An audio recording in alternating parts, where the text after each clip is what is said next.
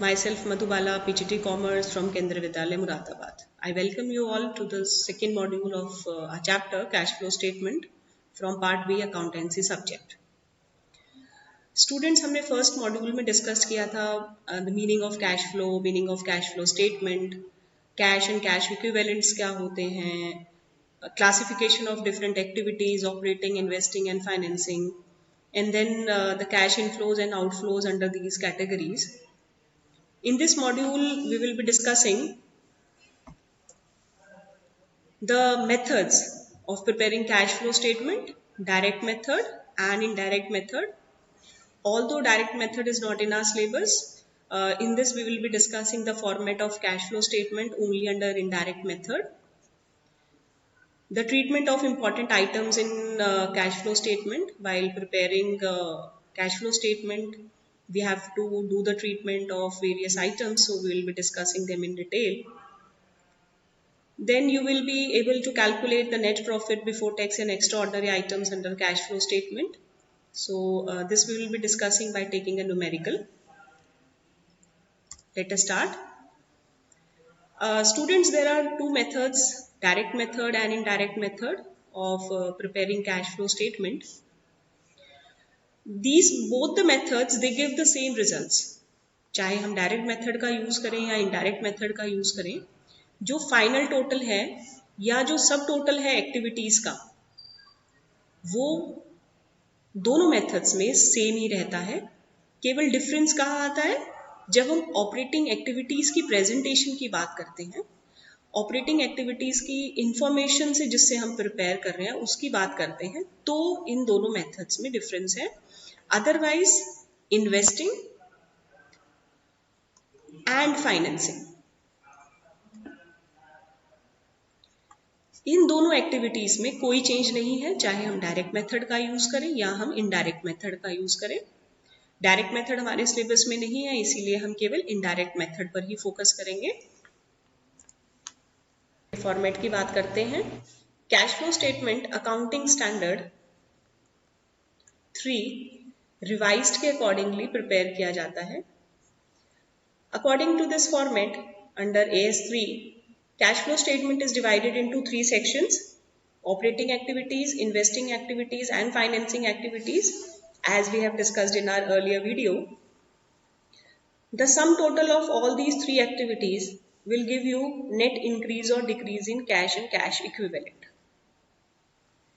इस net increase और decrease में अगर हम beginning का cash और cash equivalent का balance को अगर हम add कर दें, we will be ending up with the balance of cash and cash equivalents in the end of the year. That means this D plus E will give you F. Okay. Let us take an example of this. जब हम cash और cash equivalent की figures की बात करते हैं, तो हमारी बैलेंस शीट के अकॉर्डिंगली ओपनिंग बैलेंसेस और क्लोजिंग बैलेंसेस को हम एज इट इज टोटल करके यहाँ पे यूज करते हैं. लेकिन जब हम बाकी एक्टिविटीज की बात करते हैं तो वहां पे हम कैश फ्लो की बात करते हैं. दैट मीन्स हमारा कैश इनफ्लो हुआ या कैश आउटफ्लो हुआ. कैश इनफ्लो और आउटफ्लो आप लोगों को बहुत अच्छे से समझाया जा चुका है प्रीवियस वीडियो में.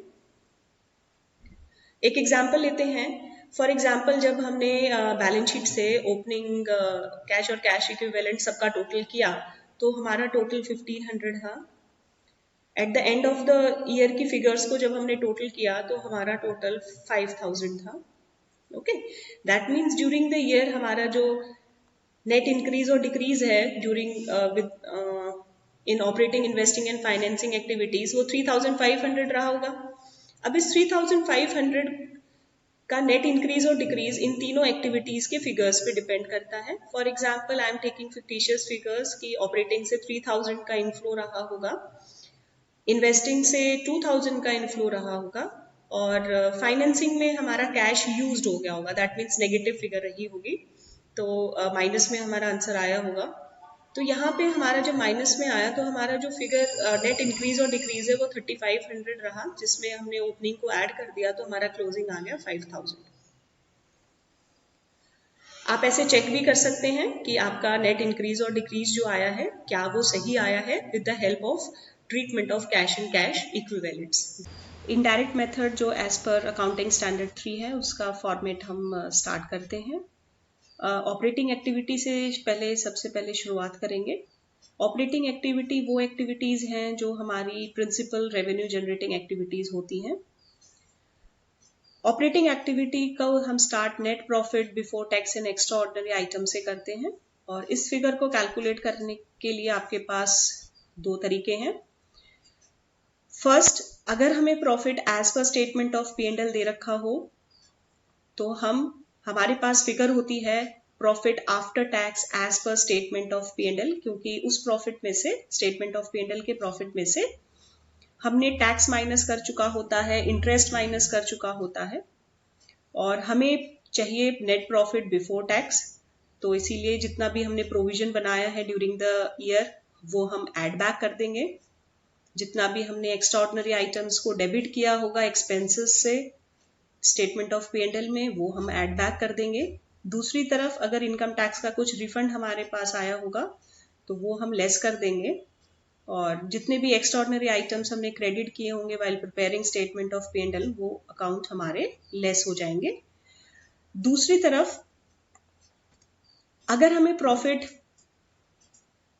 बैलेंस शीट से मिल रहा है, दैट मीन्स वो प्रॉफिट का यूज कर रहे हैं हम जब हमें बैलेंस शीट की फिगर्स दे रखी हैं। तो जैसे आपको याद होगा, अगर हमें profit before interest and tax अगर दे रखा है, इसमें से हम लेस करते हैं इंटरेस्ट, तो हमारे पास फिगर आ जाती है प्रॉफिट बिफोर टैक्स। इसमें से टैक्स माइनस करते हैं, फिर हमारा आ जाता है profit after tax. Okay, net profit after tax. और इसके बाद फिर हम कुछ एप्रोप्रिएशन से स्टार्ट करते हैं। Appropriations in the form of dividends जो हम पे करते हैं, तो हम सबसे पहले माइनस करते हैं प्रेफरेंस शेयर होल्डर्स का डिविडेंड, इक्विटी शेयर होल्डर्स का dividend, then if some amount is transfer to general reserves, transfer to some reserves वो करते हैं, और उसके बाद जो प्रॉफिट आता है that is shown in the balance sheet, okay, as surplus. So if we are not getting profit from P&L account, balance sheet से आप फिगर लेंगे तो वहां से सरप्लस की फिगर्स होगी, surplus of statement of P&L, उन दोनों के ओपनिंग और क्लोजिंग बैलेंसेस आप देख सकते हैं। तो वहां से आप क्लोजिंग बैलेंस और ओपनिंग बैलेंस में डिफरेंसेस स्टार्ट करेंगे।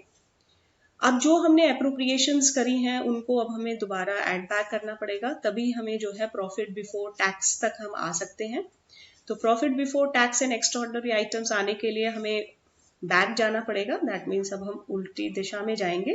तो जो माइनस हो रही है फिगर्स वो हमारी प्लस हो जाएंगी। ट्रांसफर टू रिजर्व्स, कोई DRR या जनरल रिजर्व में दिया, वो हमारा प्लस हो जाएगा। कोई भी प्रपोज डिविडेंड या final dividend during the year किया गया है, that will also be added back. Interim dividend अगर डिक्लेयर करा है during the year, any provision for tax which was made during the current year, that will also be added back. Tax का कोई भी provision है वो हमारा add back हो जाएगा। साथ में कोई भी एक्स्ट्राऑर्डिनरी आइटम्स जो स्टेटमेंट ऑफ P&L में डेबिट हुए थे वो भी हमारे एड बैक हो जाएंगे। और लेस होने वाले आइटम्स में हमारे एक्स्ट्राऑर्डिनरी आइटम्स जो स्टेटमेंट ऑफ P&L में हमने क्रेडिट किए थे as incomes, that will be deducted, and if refund of tax is there then that will also be deducted from this difference of closing balance and opening balance of surplus, and then we will be arriving at the figure of profit before tax and extraordinary items. This is step 1 under operating. This we will do as working note. Once we get net profit before tax and extraordinary items, then we will start making adjustments of non-cash and non-operating items.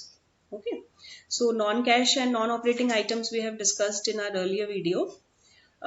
See, depreciation is a non-cash expense and it is shown in the statement of P&L. So this reduces our net profits, but no cash outflow is there in depreciation, so it will be added back. Then any amortization of goodwill, trademarks or patents, if it is there, then it will be added back. If there is a loss on issue of debentures written off, it will also be added back. These are non-operating items, so it will be added back again. Discount or loss on issue of debentures, then interest on borrowings and debentures, loss on sale of fixed assets if it is there, if any fixed asset is sold and there is a loss on that sale, then it will also be added back to this net profit because it is a non-operating item.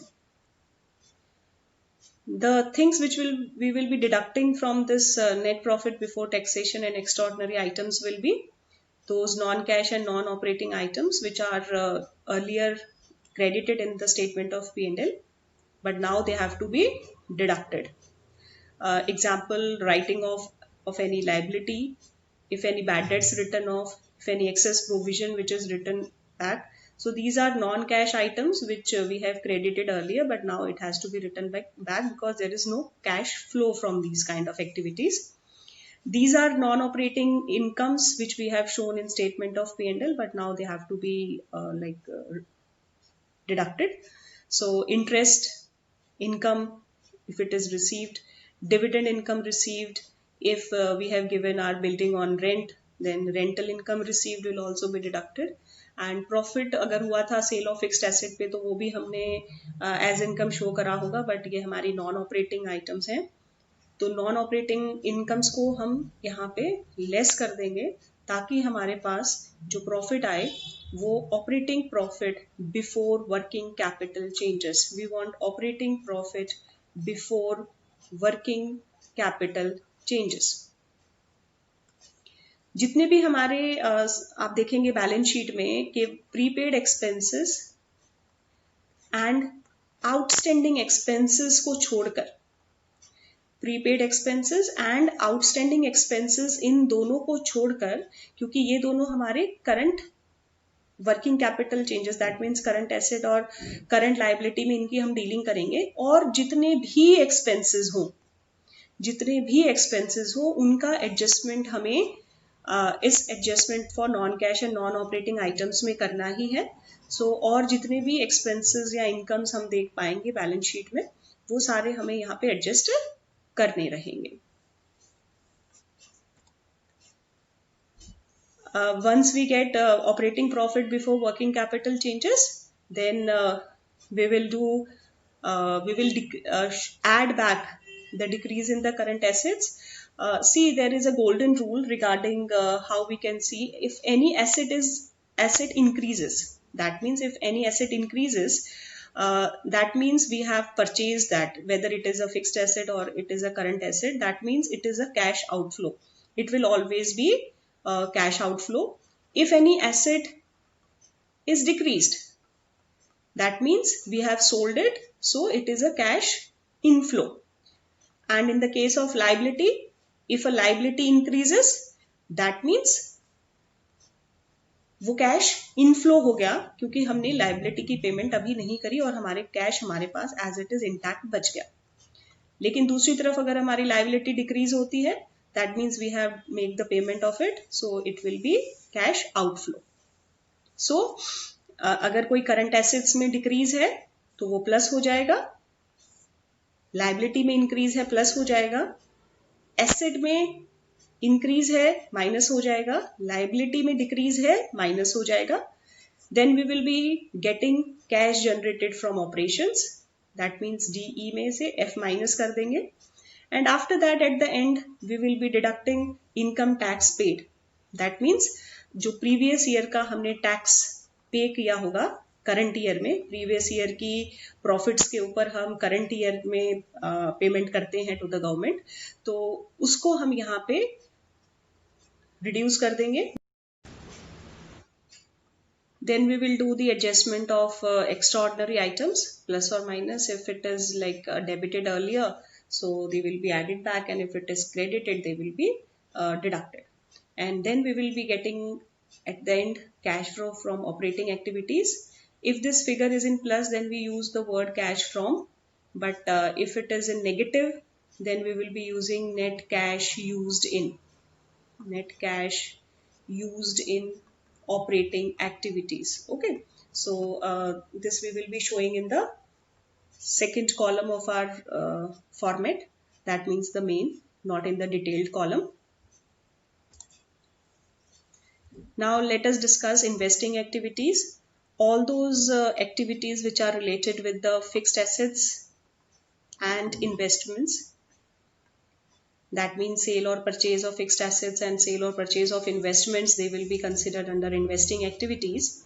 So any proceeds from the sale of tangible or intangible asset, any proceeds from the sale of investments, if we have received any payment from the loans and advances which we have given to some other parties, और अगर हमें income मिली है from the investments other than current investments, other than the marketable securities जो हैं, उनके अलावा अगर हमें कोई भी इनकम हुई है तो हम वो यहाँ पर शो करेंगे. हमने रेंट रिसीव करा है from any property which is held as investment. अगर हमने इन्वेस्टमेंट कर रखी थी किसी कंपनी के शेयर्स में, वहां से हमें डिविडेंड मिला है, that will also be under investing activity. Debentures से इंटरेस्ट हमने रिसीव किया है, डिबेंचर्स हमने खरीद रखे थे दूसरे कंपनीज के और वहां से हमें इंटरेस्ट मिला है. तो ये सारे हमारे क्या हो गए, सारे cash flows, cash inflows. Okay. कुछ कैश आउटफ्लोज भी हैं, जैसे अगर हमने परचेज कर रहे हैं हम कोई टैंजिबल या intangible asset, then it will be like cash outflow. And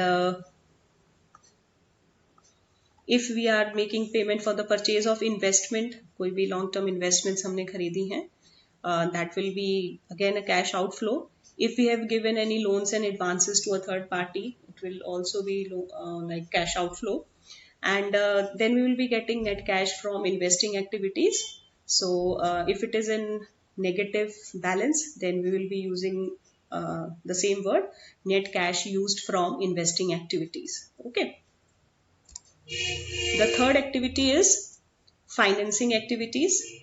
Financing activities are those which are related with shares, debentures, bonds and the loans. Okay.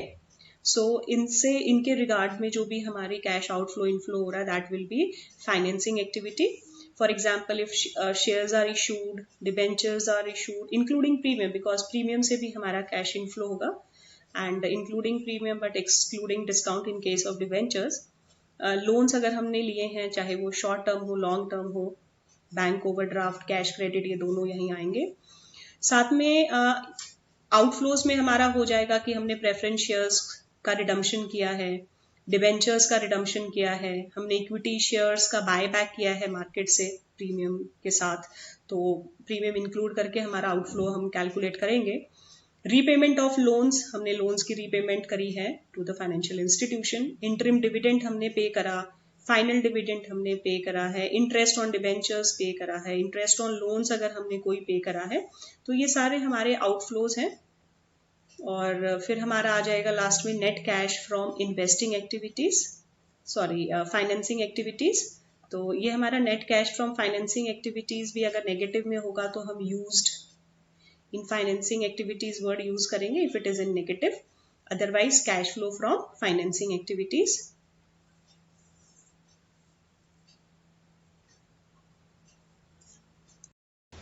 चलिए अब हम डिस्कस करते हैं कुछ इंपॉर्टेंट टर्म्स जो हमें कैश फ्लो स्टेटमेंट बनाते वक्त यूज करनी पड़ती हैं.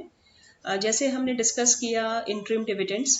So what is interim dividend? It is that dividend which is declared or which is approved by the board and it is paid within the days, 7 days of it being declared.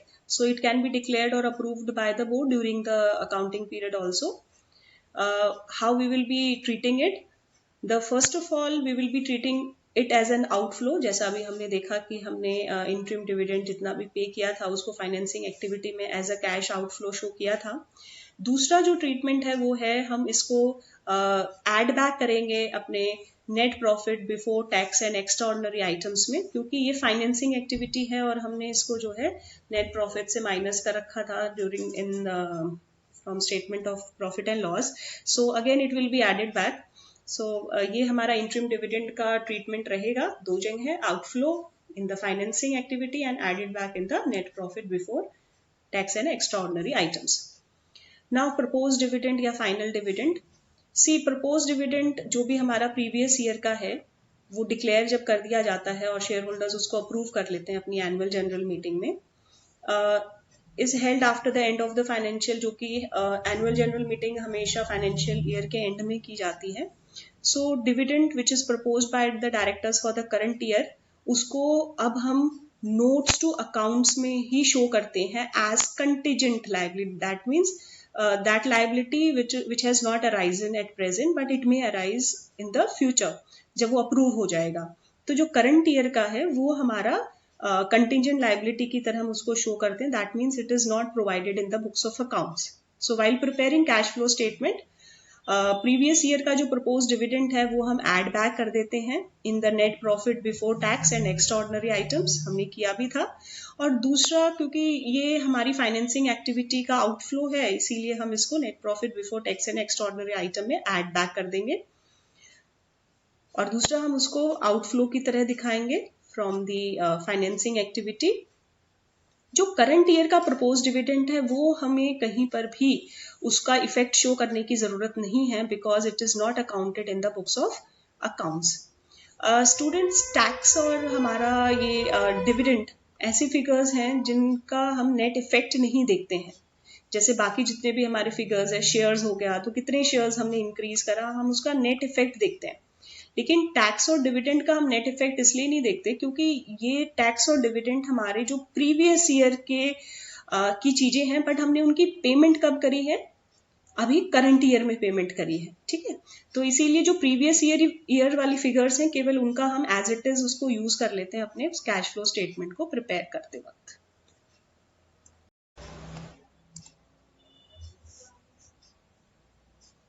Transfer to reserves की अगर हम बात करें, जैसे हमने बोला कि transfer to reserves appropriation of profit है, तो इसको हम सबसे पहले ऐड बैक करते हैं to the net profit as an appropriation of the for the net profit for the year. And इसमें इसको हम जो है बैलेंस शीट में शो करते हैं. जो भी हमारा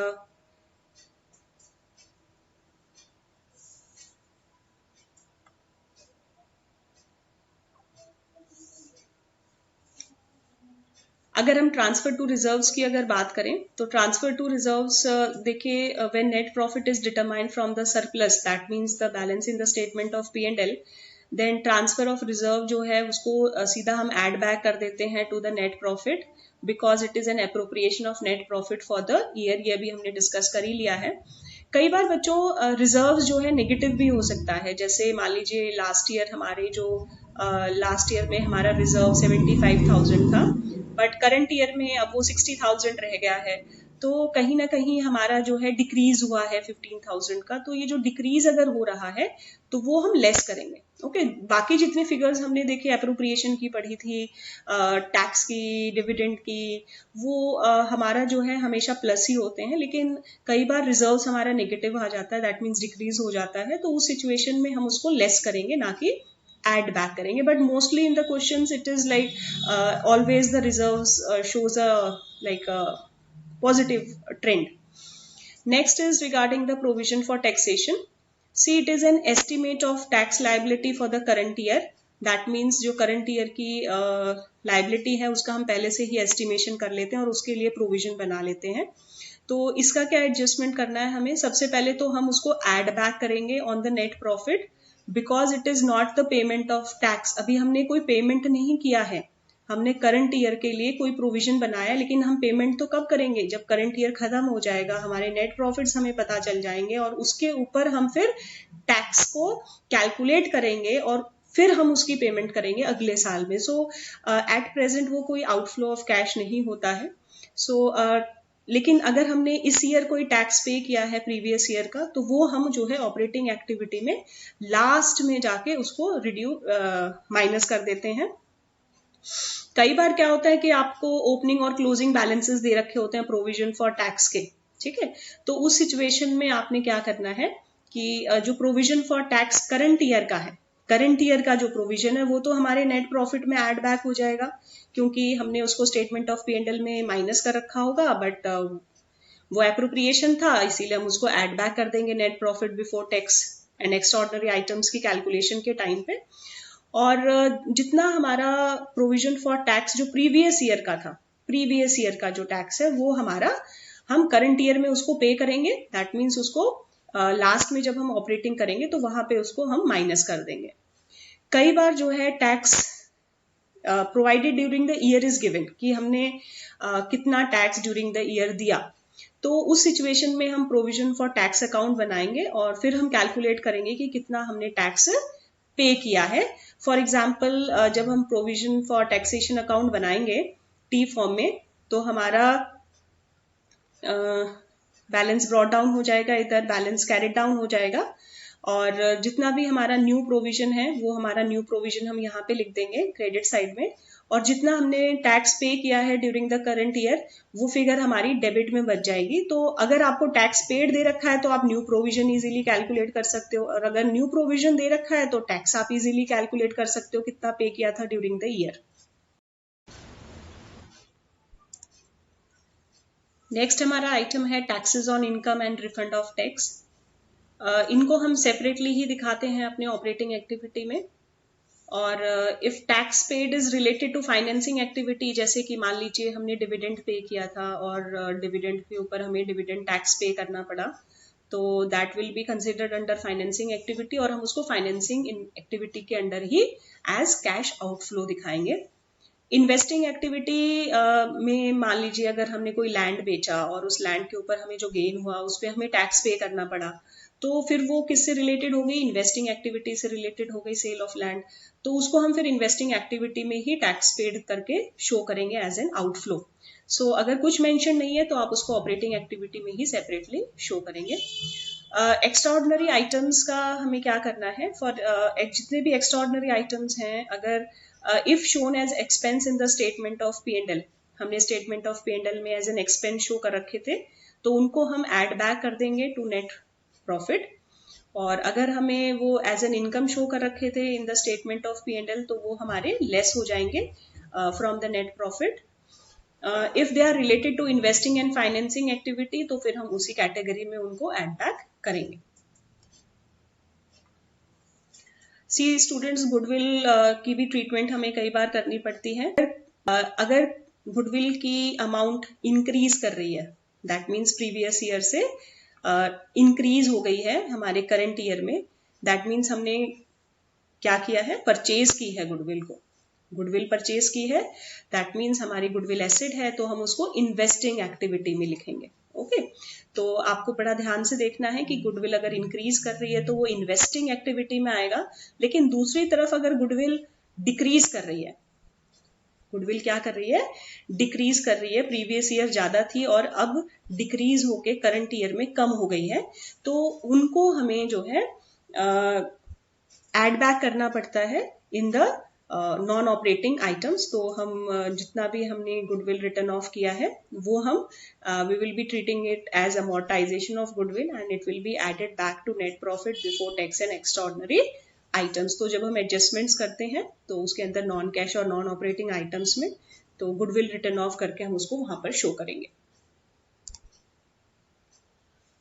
स्टूडेंट्स देखिए, एंटरप्राइजेस हमारे जैसे स्टार्टिंग में जब हमने किया था इंट्रोडक्शन पार्ट, वहां पे डिस्कस किया था कि हमारे एंटरप्राइजेस फाइनेंशियल या नॉन फाइनेंशियल नेचर के हो सकते हैं। कुछ एक्टिविटीज ऐसी होती हैं जो अगर हमारा एंटरप्राइज फाइनेंशियल है तो वो और किसी एक्टिविटी में अंडरलाई करेगा, लेकिन अगर नॉन फाइनेंशियल है तो वो और किसी एक्टिविटी में लाई करेगा। फॉर एग्जाम्पल, अगर फाइनेंशियल एंटरप्राइजेस की हम बात करें तो इंटरेस्ट पेड और रिसीव्ड, जितना भी इंटरेस्ट पे किया है या रिसीव किया है वो फाइनेंसिंग कंपनी के लिए हमारी ऑपरेटिंग एक्टिविटी है। डिविडेंड अगर कोई रिसीव किया है हमने तो वो उसकी प्रिंसिपल रेवेन्यू जनरेटिंग एक्टिविटी है, डिविडेंड रिसीव करना, तो वो भी ऑपरेटिंग एक्टिविटी में आएगा। लेकिन अगर हमने डिविडेंड पे किया है फाइनेंसिंग कंपनी ने, दैट मीन्स उसने कहीं से फाइनेंस ले रखा था, शेयर्स इशू कर रखे थे जिसकी वजह से उसे डिविडेंड पे करना पड़ा, तो वो फाइनेंसिंग एक्टिविटी में आ जाएगा। दूसरी तरफ अगर हम नॉन फाइनेंशियल एंटरप्राइजेस की बात करें तो इंटरेस्ट पेड, हम जितना भी इंटरेस्ट पे करते हैं अपने लोन्स, शेयर्स या डिबेंचर्स पे, तो वो हमारा फाइनेंसिंग है। ठीक है, इंटरेस्ट और डिविडेंड अगर हम रिसीव कर रहे हैं, इंटरेस्ट और डिविडेंड अगर हम रिसीव कर रहे हैं तो वो हमारी इन्वेस्टिंग एक्टिविटी है, क्योंकि हमने इन्वेस्टमेंट कर रखी होगी और उसके ऊपर हमने इंटरेस्ट और डिविडेंड रिसीव किया है। दूसरी तरफ डिविडेंड पेड हमारी क्या है, फाइनेंसिंग एक्टिविटी है। तो नॉन फाइनेंशियल एंटरप्राइजेस में इंटरेस्ट पेड और डिविडेंड पेड दोनों फाइनेंसिंग है और इंटरेस्ट और डिविडेंड रिसीव्ड हमारी इन्वेस्टिंग है। तो ये आपको बाइफर्केशन पता होना चाहिए। कई बार आपसे स्पेसिफिकली पूछ लिया जाता है कि फाइनेंशियल एंटरप्राइज में इंटरेस्ट पेड को कौन सी एक्टिविटी के अंडर आप शो करेंगे। तो चलिए नेक्स्ट करते हैं। आज हम एक न्यूमेरिकल करते हैं इस वीडियो में, जिसमें हम net profit before interest and tax, before tax and extra ordinary items की हम कैलकुलेशंस करेंगे। तो चलिए क्वेश्चन देखते हैं। आप जब बैलेंस शीट देखें तो बैलेंस शीट और नोट्स टू अकाउंट को थोड़ा ध्यान से देखकर और पहले ही हम आइडेंटिफाई कर लें कि ये किस टाइप की एक्टिविटी है। जैसे यहाँ पर तो हमें केवल net profit before tax and extra ordinary item के लिए ही पूछा गया है, बट अगर जैसे हम शेयर कैपिटल की बात करें तो previous year and current year ये 2018-19 है, तो ये 2 लाख हमारा इंक्रीज करा है, तो ये फाइनेंसिंग एक्टिविटी में आ जाएगा। हम साथ साथ लिखते चले जाएं जैसे हम डिस्कस करें तो बहुत इजी हो जाता है क्वेश्चन को करना। जब हम रिजर्व्स एंड सरप्लस की बात करते हैं तो नोट टू अकाउंट है, ठीक है। तो नोट्स टू अकाउंट में आप फिर ये वाली फिगर यहां से मत लो, ये वाली फिगर कहाँ से लेंगे हम, नोट्स टू अकाउंट से लेंगे। तो यहाँ पे जनरल रिजर्व 1,20,000 है और 80,000 है प्रीवियस ईयर का। सरप्लस लास्ट ईयर 1,40,000 था और करंट ईयर में 2,10,000 है। तो हमारा क्वेश्चन हमें किससे शुरू करना होता है, सरप्लस से हम स्टार्ट करेंगे। तो लेट अस स्टार्ट। सबसे पहले हम करते हैं सरप्लस विच इज गिवन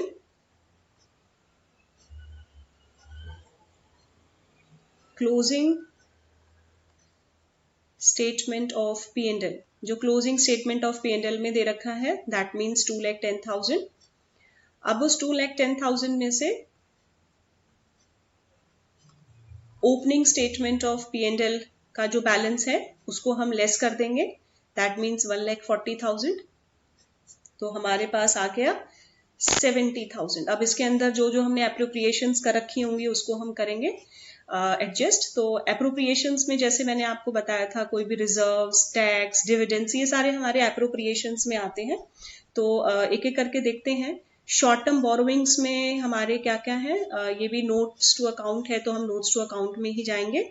तो यहाँ से हम ये फिगर नहीं देखेंगे। नोट्स टू अकाउंट में वैसे एक ही आइटम है बैंक ओवरड्राफ्ट, लेकिन बैंक ओवरड्राफ्ट हमारा नहीं यूज होता है, ये हमारे फाइनेंसिंग एक्टिविटी में चला जाता है। उसके बाद नेक्स्ट है हमारी other current liabilities. Other current liabilities हमें नहीं चाहिए यहाँ पे। फिर हमारा short term provisions. Short term provision का वर्किंग नोट है, तो फिर हम वर्किंग नोट पर आ जाएंगे, हम ये वाली फिगर यहाँ से नहीं देखेंगे। प्रोविजन फॉर टैक्स हमारा लास्ट ईयर 40,000 है, करंट ईयर में 70,000 है। दैट मीन्स हमने क्या किया है, करंट ईयर में प्रोविजन कितना बनाया है, 70,000। तो हम यहाँ पर प्लस कर देंगे current year provision for tax, that means 70,000 हम यहाँ पे ऐड बैक कर देंगे। उसके बाद फिर हमारा है जनरल रिजर्व। देखिए ये रह गया हमारा एक item, general reserve, transfer to general reserve. 80,000 था, अब हमारा कितना हो गया, 1,20,000। दैट मीन्स 40,000 हमारा इंक्रीज किया है। तो ट्रांसफर टू जनरल रिजर्व भी हमारा ऐड हो जाएगा। Transfer to general reserve add हो जाएगा 40,000। देन हमारा आइटम है डिविडेंड्स। डिविडेंड्स के लिए देखिए नीचे वर्किंग नोट में दे रखा है कि propose dividend for the year ended 31 March 18 and 19 व 90,000 एंड 1 लाख रिस्पेक्टिवली। हमने अभी डिस्कस किया कि लास्ट ईयर के जो डिविडेंड्स है वो हम करंट ईयर में पे करते हैं, तो इसीलिए लास्ट ईयर की डिविडेंड्स को हम यहाँ पर प्लस कर देंगे, दैट मीन्स 90,000। तो हमारा जो आंसर आएगा वो आएगा 2,70,000। That means net profit before tax and extra ordinary items. तो ऐसे करके हमारी जो एप्रोप्रिएशंस हमने करी हैं उन एप्रोप्रिएशंस को हम ऐड बैक करके net profit before tax and extraordinary items कर सकते हैं। ऐसे ही और क्वेश्चंस हम नेक्स्ट वीडियोस में करेंगे। Till then, all of you take care and stay home, stay safe.